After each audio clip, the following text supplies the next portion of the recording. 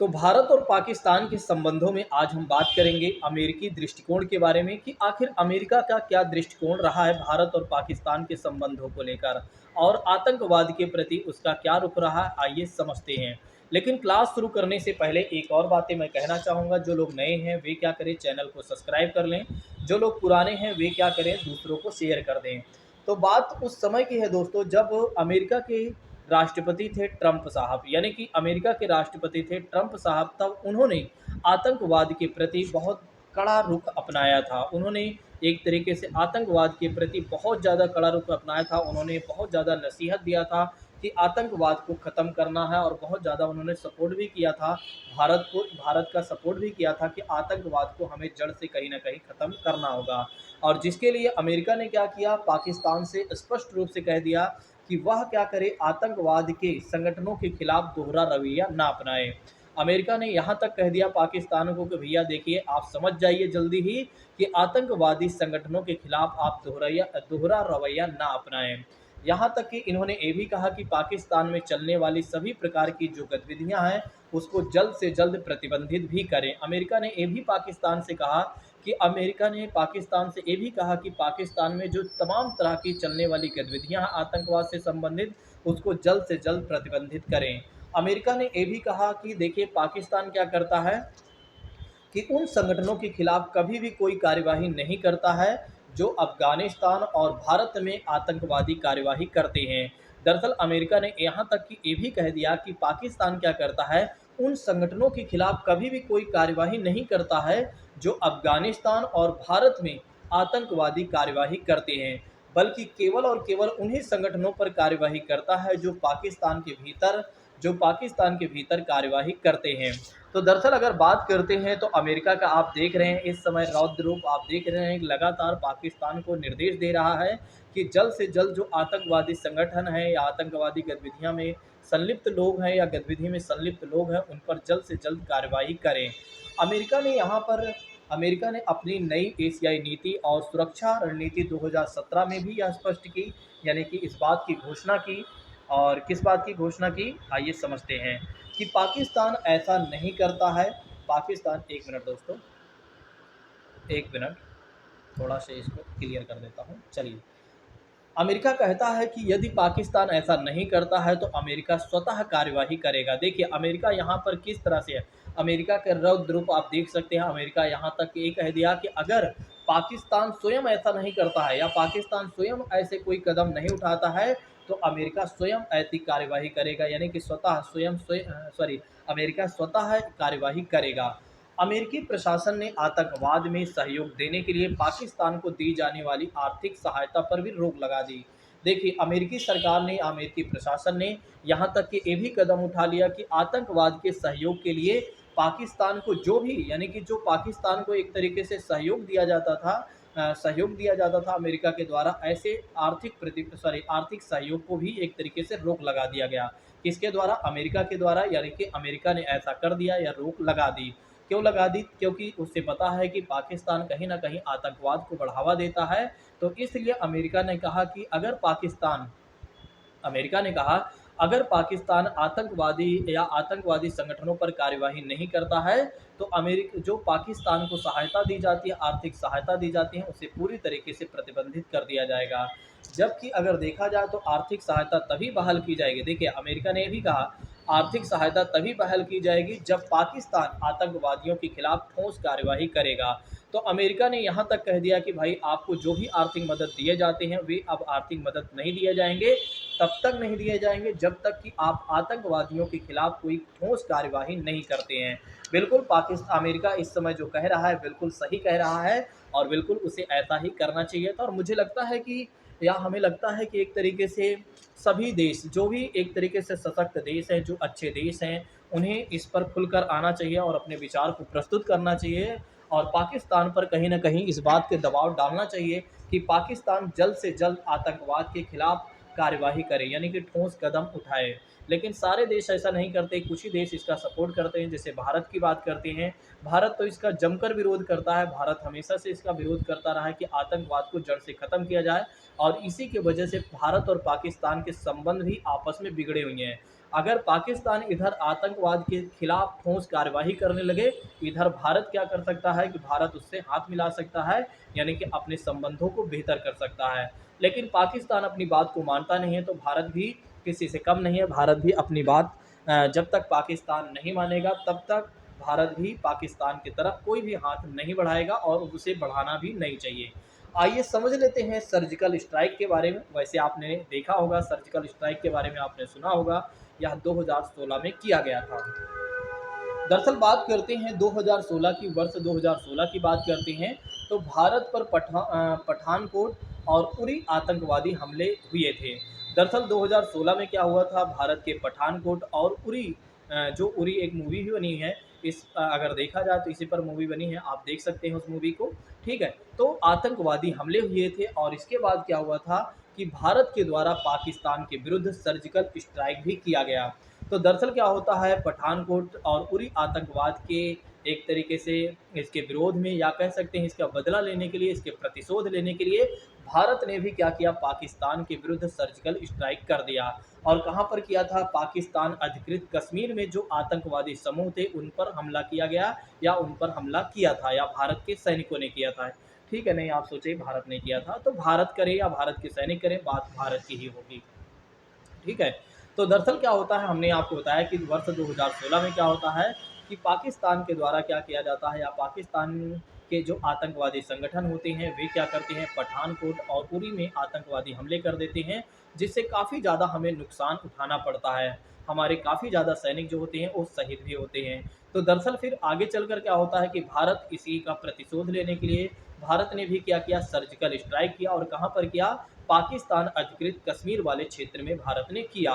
और वर्ष 1971 के बाद, समझिएगा इस बात को, वर्ष 1971 के बाद भारत द्वारा अपनाए गए सामरिक संयम के सिद्धांत का परित्याग करते हुए आक्रामक की नीति अपनाई गई और नियंत्रण रेखा को पार किया गया। दरअसल 1971 के बाद यह ऐसा पहली बार होता है 2016 में, मतलब 1971 के बाद 2016 में ऐसा होता है, भारत अपने धैर्य को एक तरीके से धैर्य को छोड़ देता है, यानी कि इतना दिन से जो संयम बनाए रखता है, ऐसे सिद्धांत का परित्याग करता है और भारत फिर आक्रामक की नीति अपनाता है और नियंत्रण रेखा, जिसे एलओसी कहा जाता है, लाइन ऑफ कंट्रोल की बात करते हैं, उसकी रेखा को पार करता है। बिल्कुल आपने देखा, देखिए अगर आप धैर्य बनाए रखे हैं, तो आपकी अगर कोई धैर्य की परीक्षा लेता है तो आपको अपने धैर्य तोड़ना ही पड़ता है। बिल्कुल सही बात है, हमें एक बार तो धैर्य बनाए रखना चाहिए। हमें क्या करना चाहिए, अपने आपा को नहीं खोना चाहिए, अपने माइंड को नहीं खोना चाहिए। कहने का मतलब ये है, हमें एक तरीके से धैर्य बनाए रखना चाहिए। यदि वो चीज़ें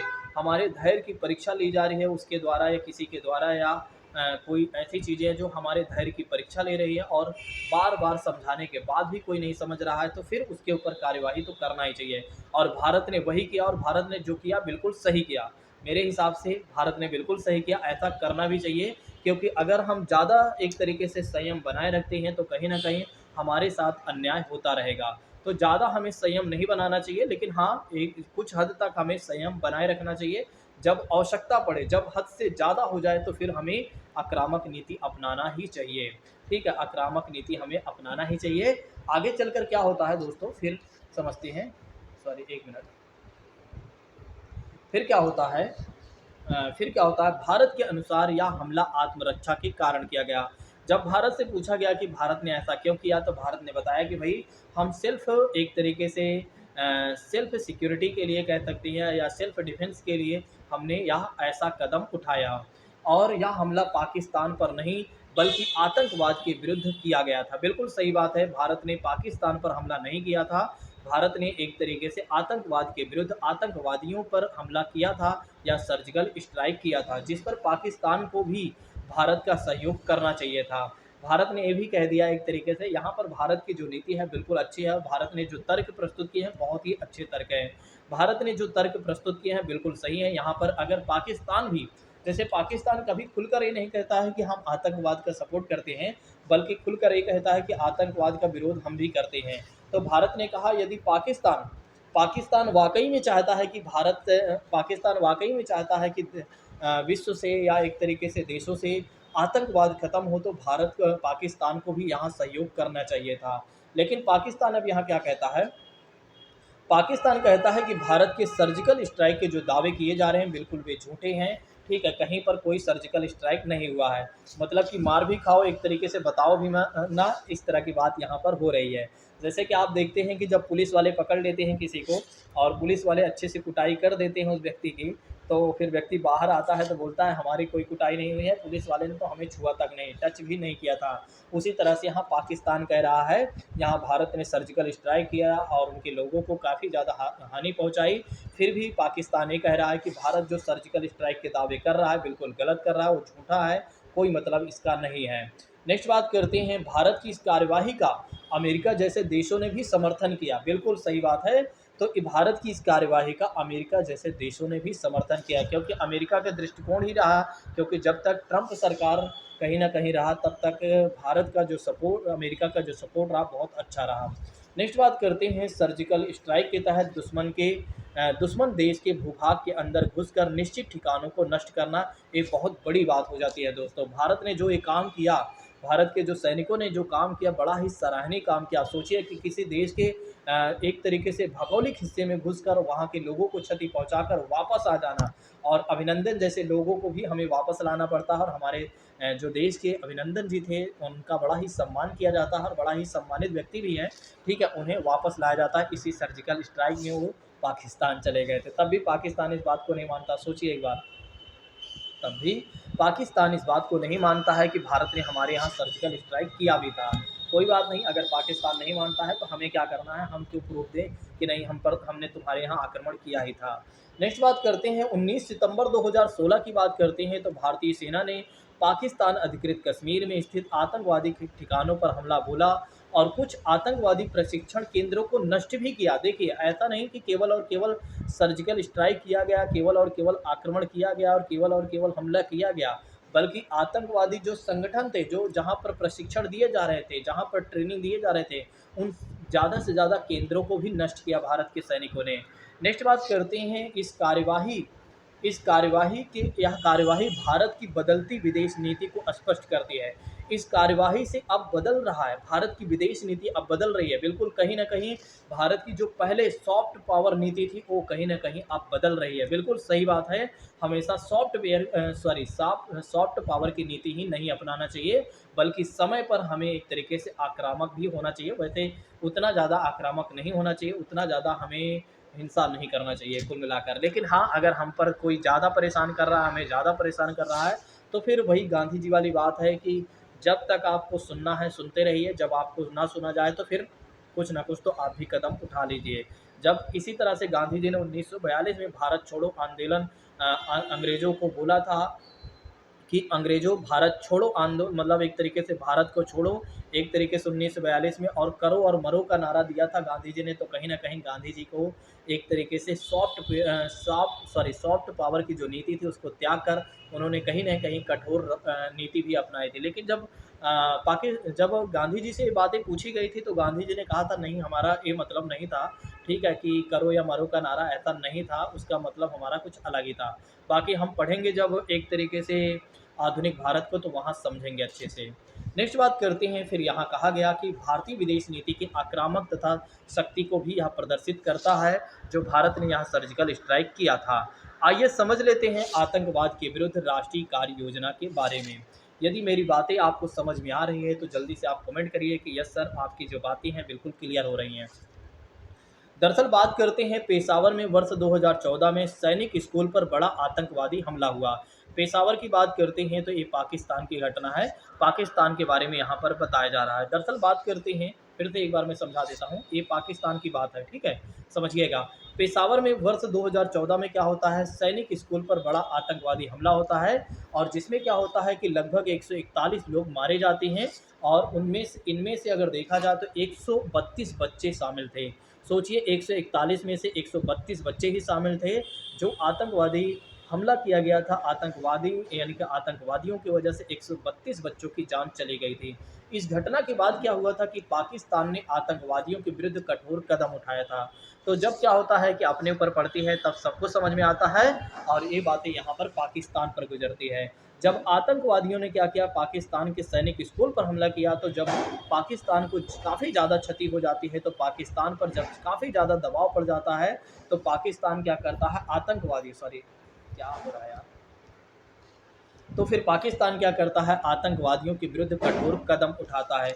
इस घटना के बाद क्या होता है कि पाकिस्तान के द्वारा आतंकवाद के विरुद्ध एक निर्णायक कदम उठाया गया। तो पहली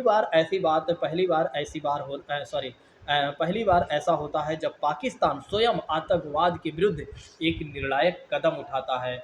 आतंकवाद को समाप्त करने के लिए कार्य योजना भी प्रस्तुत कर देता है। पाकिस्तान इसी में आनन फानन में आकर क्या करता है, इसी दबाव में आकर क्या करता है कि एक कार्य योजना भी प्रस्तुत कर देता है। अब ये पाकिस्तान के लिए ऐतिहासिक कदम के रूप में माना जाएगा। ठीक है, तो इसे आप देख सकते हैं, एक ऐतिहासिक कदम होता है पाकिस्तान का, कि पाकिस्तान ने आतंकवाद के विरुद्ध एक ठोस एक तरीके से कदम उठाया। अब समझिएगा इस कहानी को। दरअसल क्या होता है, इस कार्य योजना की अनेक विशेषताएं भी हैं, जिसे 20 सूत्री योजना भी के रूप में जाना जाता है, या 20 सूत्री योजना भी कहा गया है। जिन व्यक्तियों के विरुद्ध आतंकवादी घटनाओं में शामिल होने का आरोप है, उन्हें मृत्युदंड दिया गया, और उन्हें तत्काल रूप से दंड भी तत्काल उनके दंड को तत्काल क्रियान्वित भी किया गया। देखिए पाकिस्तान ने कदम ये उठाया, कहा कि जिन लोगों के ऊपर आतंकवादी घटनाओं में जो लोग शामिल हैं, या जिनके विरुद्ध एक तरीके से केस चल रहे हैं, उनको तुरंत का तुरंत मृत्यु दंड दिया जाएगा, और जो लोग एक तरीके से जिनके ऊपर कुल मिलाकर किसी भी प्रकार से आतंकवाद से संबंधित उनके ऊपर कोई केस चल रहा है, तो उनके ऊपर तुरंत दंड दिया जाएगा, सॉरी उनको तुरंत सजा दिया जाएगा, आप ऐसे समझ लीजिए। नेक्स्ट बात करते हैं, आतंकवादियों को दंडित करने के लिए सैनिक अधिकारियों के नेतृत्व में विशेष अदालतों की भी स्थापना कर दिया। देखिए पाकिस्तान ने क्या क्या किया, आतंकवादियों को दंडित करने के लिए सैनिक अधिकारियों के नेतृत्व में ही विशेष अदालतों की स्थापना कर दिया, और जिससे आतंकवादियों को शीघ्रता से दंडित किया जा सके। दरअसल क्या होता है, पाकिस्तान क्या करता है, विशेष अदालतों की स्थापना कर देता है, और आतंकवादियों को शीघ्र यानी कि जल्दी से जल्दी दंड देने के लिए ऐसा पाकिस्तान करता है। ठीक है, और पाकिस्तान का यह जो कदम है बड़ा ही सराहनीय कदम है। भले ही एक देर से पाकिस्तान ने ऐसा कदम उठाया था, लेकिन बड़ा ही अच्छा था मेरे हिसाब से। बाकी आप क्या सोचते हैं, आप लोग अपने आप लोग खुद कमेंट करके बताइएगा। किसी भी सशस्त्र संगठन को कार्य करने की भी अनुमति नहीं होगी। पाकिस्तान ने कहा कि अब कोई भी सशस्त्र संगठन किसी भी प्रकार का कोई कार्य नहीं करेगा। आतंकवाद को रोकने के लिए विभिन्न संगठनों को प्रभावशाली बनाया जाएगा। पाकिस्तान ने कहा कि अब आतंकवाद को हमें रोकना है, और उसके लिए हम तमाम तरह के संगठन बनाएंगे, और उसे प्रभावी भी बनाएंगे, यानी कि वो प्रभावशाली भी उसे प्रभावी भी बनाएंगे, वो ताकि काम भी अच्छे से करे। और किसी भी प्रतिबंधित संगठन को कार्य करने की अनुमति हम नहीं देंगे। पाकिस्तान ने कहा कि किसी भी प्रतिबंधित संगठन को कार्य करने की अनुमति नहीं दी जाएगी, यानी कि हम नहीं देंगे। और इतना ही नहीं, अगर वे अपना नाम बदलकर कार्य करेंगे, तो उनको नाम बदलकर भी काम करने नहीं दिया जाएगा। देखिए पाकिस्तान ने यहाँ पर कहा कि भाई किसी भी सशस्त्र संगठन को हम कार्य करने की अनुमति नहीं देंगे।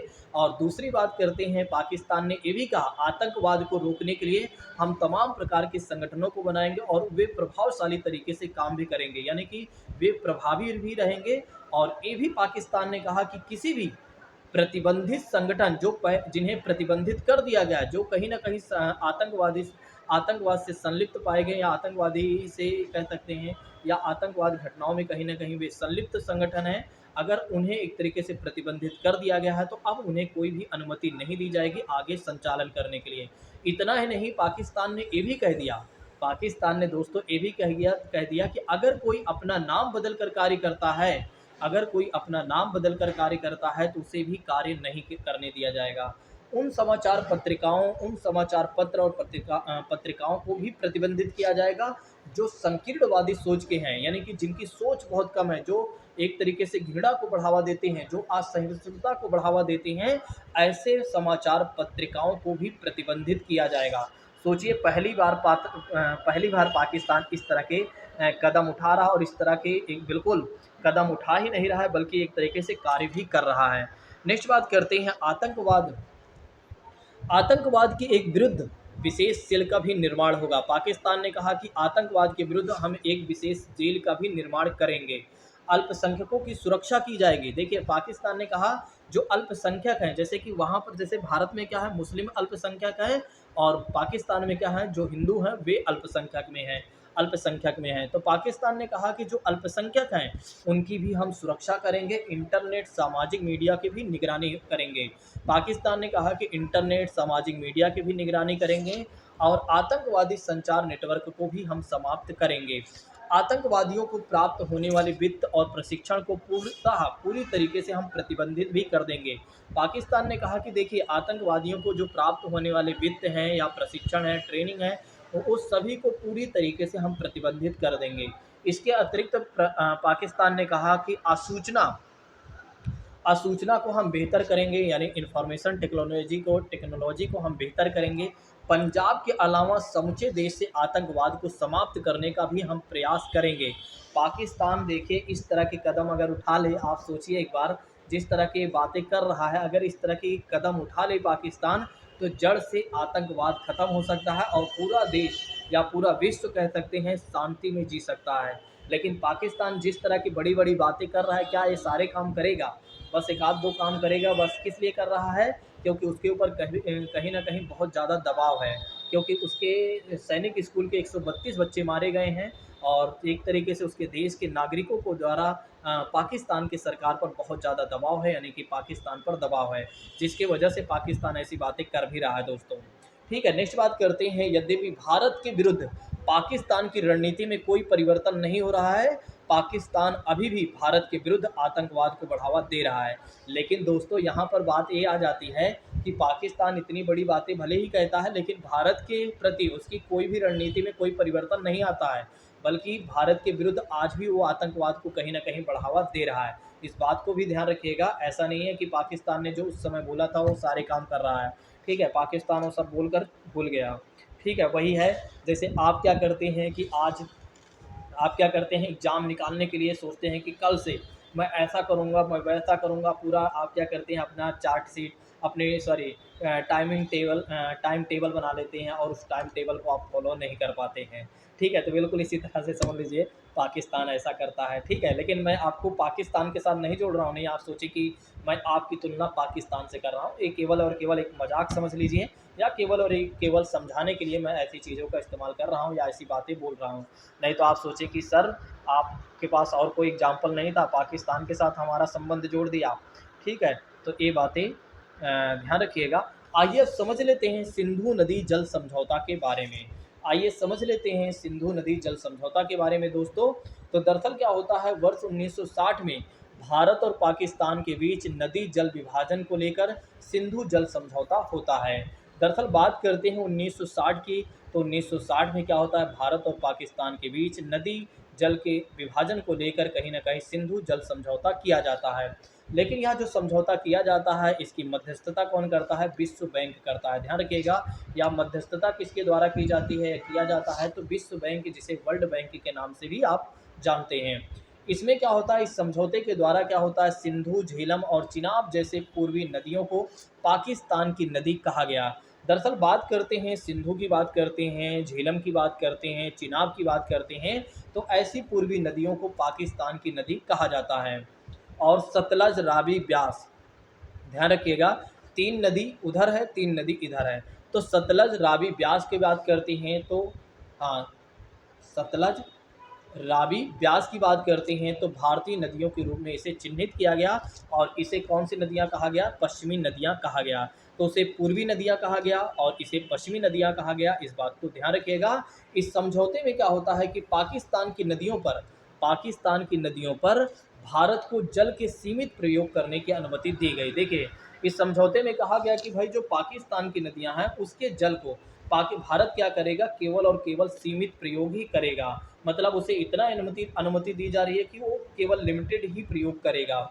नेक्स्ट बात करते हैं, इस समझौते के अनुसार भारत जल विद्युत परियोजना के निर्माण के लिए इन नदियों के पानी का सीमित उपयोग कर सकता है। बस देखिए इसमें कहा गया, इस समझौते में कहा गया कि भारत अगर जल विद्युत परियोजना का निर्माण करना चाहता है तो कर ले, कोई इशू नहीं है। लेकिन इन नदियों के पानी का उपयोग उतना ही करेगा जितनी सीमा है, मतलब कहने का मतलब लिमिटेड में ही करेगा, ज़्यादा भारत इसका इस्तेमाल नहीं करेगा। नेक्स्ट बात करते हैं, सिंधु नदी जल का समझौता भारत और पाकिस्तान के बीच एक का सहयोग का एक अनूठा उदाहरण आप देख सकते हैं, या एक अनूठा उदाहरण होता है, क्योंकि दोनों देशों के बीच दो बड़े युद्ध 1965 और 1971 में हुए थे और इसके बावजूद यह समझौता बना रहा है। दरअसल बात करते हैं, जब भारत और पाकिस्तान का भारत और पाकिस्तान का सिंधु नदी जल समझौता होता है तो 1960 में होता है। लेकिन यह पहली बार ऐसा होता है जब भारत और पाकिस्तान के संबंध तब भी बने रहते हैं जब 1965 और 1971 में भारत और पाकिस्तान के बीच युद्ध हो जाते हैं, और दोनों ही युद्ध पाकिस्तान हार भी जाता है, तो भी जो यह समझौता किया गया था, वह जो समझौता किया गया था हूबहू वो समझौता बना रहा है। ये पहली बार ऐसा उदाहरण है दोस्तों, यह पहला ऐसा अनूठा उदाहरण आप देखेंगे। ठीक है, इसके पहले आपने देखा था कि भारत और पाकिस्तान के जो भी संबंध होते थे वो तुरंत ही खराब हो जाते थे, जब आपस में कोई युद्ध होता था या कोई बातें हो जाती थी तो तुरंत जो समझौते किए जाते थे उस पर पानी फेर दिया जाता था। नेक्स्ट बात करते हैं नवीन विवाद के बारे में। अब नया विवाद क्या है भारत और पाकिस्तान के बीच में, आइए समझ लेते हैं कि भारत और पाकिस्तान के बीच में अब नया विवाद क्या है, इसको भी आइए देखते हैं अच्छे तरीके से। यदि आप लोगों को मेरी क्लास बेहतर लग रही है तो जल्दी से आप कमेंट करिए और लाइक करिए, और एक तरीके से दूसरों को भी शेयर करिए। दरअसल बात करते हैं भारत के द्वारा क्या कहा जाता है, चिनाब नदी पर बगलिहार बांध बनाने का पाकिस्तान विरोध करता है। दरअसल क्या होता है, भारत ने क्या किया कि चिनाब नदी पर बगलिहार बांध बनाने के बारे में सोचा, ठीक है, और बगलिहार बांध बनाने लगा तो पाकिस्तान ने इसका विरोध भी किया। पाकिस्तान ने कहा कि भारत जो ये कर रहा है बिल्कुल गलत कर रहा है, ये नया विवाद है भारत और पाकिस्तान के बीच, ये नया विवाद है, पहले विवाद को समझिएगा। दूसरी बात करते हैं कि भारत की किशन गंगा परियोजना का निर्माण पर भी पाकिस्तान ने आपत्ति दर्ज की है। तो ये दूसरा विवाद आप समझ सकते हैं। ठीक है, ये नए नए विवाद हैं, समझते चलिएगा, बार बार दूसरा और तीसरा मैं नहीं कहूँगा। तो दरअसल क्या होता है कि भारत की जो किशन गंगा परियोजना होती है, भारत की दोस्तों जो एक किशन गंगा परियोजना होती है, उसका उसका भी पाकिस्तान क्या करता है, विरोध करता है, यानी कि आपत्ति दर्ज करता है। इसके अतिरिक्त भारत कश्मीर के डोडा जिले में सलाल और दुलहस्ती परियोजना के विकास पर भी कार्य कर रहा है, और जिसके पर क्या हो रहा है कि पाकिस्तान बार बार आपत्ति दर्ज कर रहा है। तो एक तरीके से अगर देखा जाए तो कश्मीर के जो डोडा ज़िले हैं वहाँ पर सलाल और दुलहस्ती जैसे परियोजना का भी विकास किया जा रहा है भारत के द्वारा, लेकिन पाकिस्तान इस पर भी क्या कर रहा है, बार बार आपत्ति दर्ज कर रहा है, बार बार आपत्ति जता रहा है। तो ये है नया विवाद, ध्यान रखिएगा। एक तो बगलिहार बांध परियोजना, दूसरा किशन गंगा परियोजना, तीसरा सलाल और दुलहस्ती परियोजना, ध्यान रखिएगा कि पाकिस्तान और भारत के बीच में ये नए विवाद हैं। नेक्स्ट बात करते हैं, पाकिस्तान का आरोप यह भी है कि भारत उसके हिस्से का पानी का उपयोग कर रहा है। देखिए पाकिस्तान कह रहा है कि भारत क्या कर रहा है, उसके हिस्से का पानी का उपयोग कर रहा है। सोचिए एक बार, उस पानी को यदि एक तरीके से भारत भी इस्तेमाल नहीं करता है, पाकिस्तान भी नहीं इस्तेमाल करता है, तो पानी वेस्ट ही चला जाएगा। लेकिन पाकिस्तान के पास ये समझ नहीं है, पाकिस्तान ये नहीं समझता, बस ये सोच रहा है पानी भले ही खराब जाए लेकिन भारत उसका इस्तेमाल ना करे। ठीक है, नेक्स्ट बात करते हैं कि पाकिस्तान का यह तर्क है कि उसकी अपनी घरेलू राजनीति पर आधारित है, कहता है कि ये हमारी घरेलू राजनीति पर आधारित है। ठीक है, ऐसा चीज़ें नहीं किया करना चाहिए भारत को। नेक्स्ट बात करते हैं, पाकिस्तान में पंजाब के द्वारा सिंधु नदी के जल का ज़्यादातर भाग इस्तेमाल कर लिया जाता है, जबकि पंजाब के द्वारा क्या होता है, पाकिस्तान में क्या होता है कि पंजाब जो पाकिस्तान के पंजाब है तो सिंधु नदी जल का ज़्यादा से ज़्यादा भाग इस्तेमाल करता है, लेकिन भारत इससे कुछ कहता है नहीं। ठीक है, इसलिए सिंध और बलूचिस्तान जैसे प्रांतों को पानी का वास्तविक भाग नहीं मिलता। वैसे तो सिंधु उसी का पार्ट है, सिंधु नदी, क्योंकि अभी हमने आपको बताया था। ठीक है, तो पाकिस्तान इसका काफ़ी ज़्यादा इस्तेमाल करता है सिंधु नदी का, उसके तरफ जो पंजाब है। ठीक है, तो पंजाब में काफ़ी ज़्यादा सिंधु नदी का जल का इस्तेमाल पाकिस्तान करता है, और उसी के प्रांत जैसे बलूचिस्तान की बात करते हैं तो वहाँ पर पानी नहीं पहुँच पाता है, यानी कि वास्तविक भाग पानी वहाँ नहीं पहुँच पाता है। और राज्यों की मांगों को भटकाने के लिए पाकिस्तान भारत विरोध का स्वर उठाता रहा है। तो इसको एक तरीके से क्या कर देता है भारत, पाकिस्तान क्या करता है, भारत के साथ जोड़ देता है कि भारत ऐसा कर रहा है, भारत हमारे पानी को ज़्यादा इस्तेमाल कर लेता है, जिसकी वजह से हमारे प्रांत के लोगों को पानी नहीं मिल पाता है। ठीक है, तो भारत पाकिस्तान ऐसे फालतू की बातें करता है। नेक्स्ट बात करते हैं, वर्तमान समय में ग्लेशियर पर बर्फ़ की कम मात्रा के कारण नदी में पानी का प्रवाह कम हो रहा है और बरसात की मात्रा भी कम होने के कारण पानी के प्रवाह में भी कमी आ रही है। एक तो आप ये भी देखिए कि पहले क्या था कि पहले क्या था कि पानी ज़्यादा आता था। ठीक है, और क्यों आता था, क्योंकि बर्फ़ पिघलती थी, जिसकी वजह से नदियों का पानी हमेशा बना रहता था। लेकिन अब बर्फ़ की जो है वो कम मात्रा में पिघल रही हैं, यानी कि कुल मिलाकर ग्लेशियर पर भी एक तरह ग्लेशियर भी कम होते जा रहा है। जो पिघलना था वो ज़्यादा से ज़्यादा चीज़ें पिघल चुकी हैं, ज़्यादा से ज़्यादा बर्फ़, और जिसकी वजह से क्या है, अब पानी का प्रवाह भी कम हो रहा है और बरसात भी कम हो रही है, तो कहीं न कहीं पानी का प्रवाह कम रहेगा। लेकिन पाकिस्तान क्या कहेगा कि भैया भारत ही सारा इस्तेमाल कर लेता है पानी। नेक्स्ट बात करते हैं, पाकिस्तान के द्वारा सीमा पार आतंकवाद के मुद्दे से ध्यान भटकाने के लिए बार-बार सिंधु नदी जल समझौते का मुद्दा उठाता है। दरअसल पाकिस्तान क्या करता है, सीमा पार आतंकवाद के जो उसकी तरफ से आतंकवादी घटनाएँ की जाती हैं या आतंकवाद जो बढ़ावा दिया जाता है, उसके ध्यान को भटकाने के लिए पाकिस्तान क्या करता है, बार-बार सिंधु नदी जल समझौते के मुद्दा उठा देता है, ताकि भारत का ध्यान उधर चला जाए और जो वो आतंकवादी घटनाएँ करवा रहा है, वो होता रहे, भारत को जो नुकसान हो रहा है, वो होता रहे। ठीक है? देखिए, पाकिस्तान फालतू वाली बातें करता रहता है।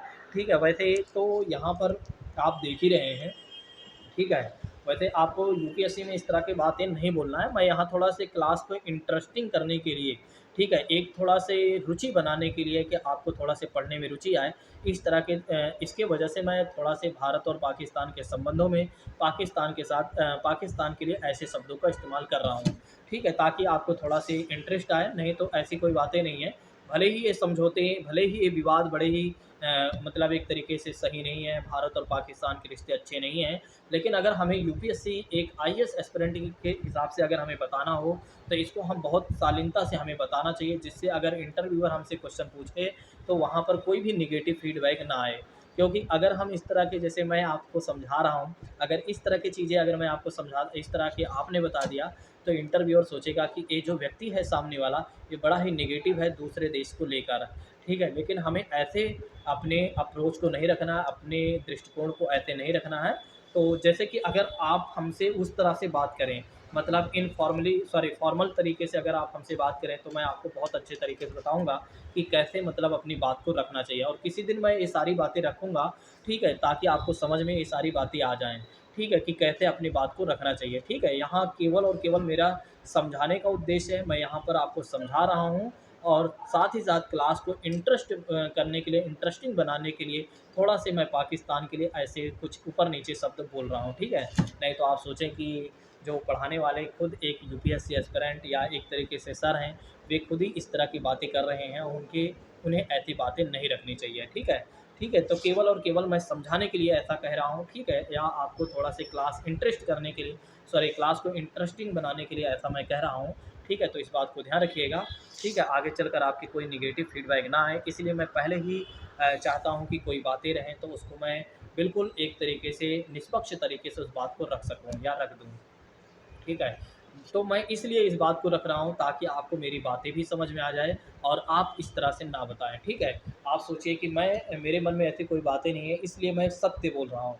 नहीं तो मैं सत्य ना बोलता, आपको ये बातें समझ में भी ना आती और आप सोचते कि इसी तरह से बुराइयाँ करनी चाहिए, ठीक है? तो किसी भी देश की हमें इस तरह से बुराइयाँ नहीं करनी चाहिए, ये बातें मैं आपको बता दे रहा हूँ पहले से ही।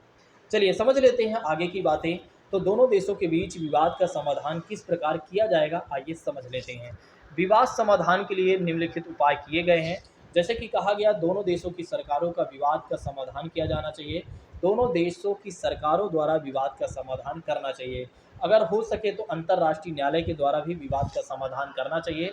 अगर दोनों देश की आपस में बातें नहीं बन पा रही हैं, तो इंटरनेशनल मतलब कोर्ट ऑफ जस्टिस में जाना चाहिए। कहने का मतलब ये है, अंतर्राष्ट्रीय न्यायालय में जाना चाहिए। नेक्स्ट बात करते हैं, बगलिहार परियोजना और किशनगंगा परियोजना में अंतर्राष्ट्रीय न्यायालय ने भारत के पक्ष में निर्णय दिया है और दोनों मामलों में पाकिस्तान की हार हुई है। जो बगलिहार परियोजना की एक तरीके से आपत्ति दर्ज कराता है पाकिस्तान, और किशन गंगा जल विद्युत परियोजना की जो भी पाकिस्तान दर्ज कराता है, आपत्ति दर्ज कराता है, उसका निर्णय आया अंतर्राष्ट्रीय न्यायालय के द्वारा। तो ये दोनों ही निर्णय एक तरीके से भारत के पक्ष में आया, और कहीं न कहीं पाकिस्तान जो आपत्तियाँ दर्ज कर रहा था, करा रहा था, या कह सकते हैं पाकिस्तान जो विरोध कर रहा था उसको जो अंतर्राष्ट्रीय न्यायालय ने गलत ठहरा दिया है। ठीक है, अंतर्राष्ट्रीय न्यायालय ने कहा कि पाकिस्तान जो इस तरह की बातें कर रहा है बिल्कुल सही नहीं है। कहीं न कहीं भारत जो कर रहा है, भारत सही कर रहा है, क्योंकि वो भारत जो भी कर रहा है वो भारत अपने ही राज्य में कर रहा है, अपने ही क्षेत्र में कर रहा है, क्योंकि वो भारत का ही क्षेत्र है। नेक्स्ट बात करते हैं सिंधु नदी जल समझौता के बारे में बात करते हैं। तो यहाँ उल्लिखित किया गया कि नदी के पानी की मात्रा के संबंध में दोनों देशों के बीच सहयोग किया जाएगा। बिल्कुल दोनों देशों को सहयोग करना ही चाहिए। ठीक है, ऐसे फालतू की बातें मेरे हिसाब से नहीं करना चाहिए दोनों देश को। नेक्स्ट बात करते हैं वर्तमान समय में सिंधु नदी जल समझौता के दायरे और बढ़ाने की आवश्यकता है। बिल्कुल सही बात है, अगर देखा जाए तो इस समय सिंधु नदी जल समझौते के दायरे को और बढ़ाने की आवश्यकता कहीं न कहीं है। इसमें संयुक्त जल प्रबंधन और पर्यावरणीय संरक्षण को भी शामिल करने की आवश्यकता अब है। तो संयुक्त जल प्रबंधन का उपयोग करना चाहिए, यानी कि दोनों देशों की इस बात को समझना चाहिए कि हमें जिसको जितना पानी की आवश्यकता है वो उतना पानी इस्तेमाल कर ले, और पर्यावरण को भी हमें संरक्षण दोनों लोग को मिलकर करना चाहिए। इतना ही नहीं, दोनों देश आंतरिक रूप से अपना जल प्रबंधन बेहतर कर सकते हैं अगर करना चाहें। तो जैसे जिसका जितना पानी जिसको मिल रहा है वो अपने यहाँ का पानी का जल मतलब पानी का प्रबंधन करे, ताकि पानी बर्बाद न जाए। और भारत की बात करते हैं तो वो भारत अपने तरफ करे। कुल मिलाकर दोनों देश अपने अपने तरफ के आंतरिक जल का प्रबंधन करें। नेक्स्ट बात करते हैं पानी के आंकड़ों के लेन देन पारदर्शिता अपनाने की भी आवश्यकता है। यहाँ पर इस बात को भी समझना होगा, दोनों देशों को एक तरीके से ट्रांसपेरेंसी रखना होगा कि भाई हम इतना पानी इस्तेमाल कर रहे हैं, आप कितना इस्तेमाल कर रहे हैं आप भी बता दीजिए। मतलब एक दोनों देश एक दूसरे को अच्छे से बता दें कि भाई मैं इतना पानी इस्तेमाल कर रहा हूँ और मैं इतना कर रहा हूँ। मतलब दोनों देशों में पारदर्शिता होनी चाहिए, और जिससे जो समस्याएं हैं वो कम हो जाएंगी। ठीक है, यानी कि पारदर्शिता अगर होंगी तो कहीं ना कहीं समस्याएं कम हो जाएंगी। नेक्स्ट बात करते हैं संयुक्त नदी जल आयोग के द्वारा दायरे का विस्तार किया जाए और आपसी सहयोग से समस्या का भी समाधान करने की आवश्यकता कहीं न कहीं है। बिल्कुल सत्य बातें हैं कि यहाँ पर दोनों देश को अपने समझौते को अच्छा करना चाहिए, यानी कि अपने रिश्तों को बेहतर करना चाहिए। थोड़ा-सी क्लास बड़ी हो जा रही है, कोई बात नहीं। चलिए नेक्स्ट बात करते हैं, थोड़ा से नया टॉपिक आए तो फिर वहाँ पर मैं स्टॉप लगाता हूँ। सितंबर 2016 में पठानकोट आतंकवादी हमले के पश्चात भारत द्वारा दबाव बनाने के लिए सिंधु जल समझौता की भी समीक्षा की बात कही गई है।